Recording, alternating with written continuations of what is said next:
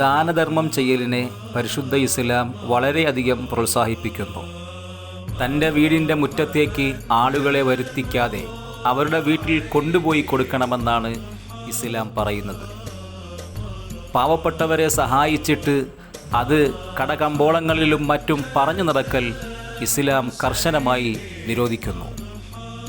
അതുപോലെ തന്നെ പരിശുദ്ധ ഖുർആൻ പറയുന്നു, തആവനു അലൽ ബിർരി വത്തഖ്വ വലാ തആവനു അലൽ ഇസ്മി വൽ ഉദ്വാൻ.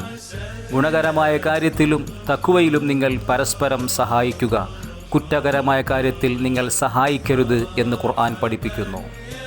ദാനധർമ്മത്തിന് വളരെയധികം പ്രതിഫലമാണ് പരിശുദ്ധ ഇസ്ലാം വാഗ്ദാനം ചെയ്തിരിക്കുന്നത്. എന്നാൽ ദാനം കൊടുത്തത് തിരികെ വാങ്ങുന്നവൻ ഛർദ്ദിച്ചത് നക്കിത്തിന്നുന്ന നായയെ പോലെയാണെന്ന് പരിശുദ്ധ ഇസ്ലാം പഠിപ്പിക്കുന്നു.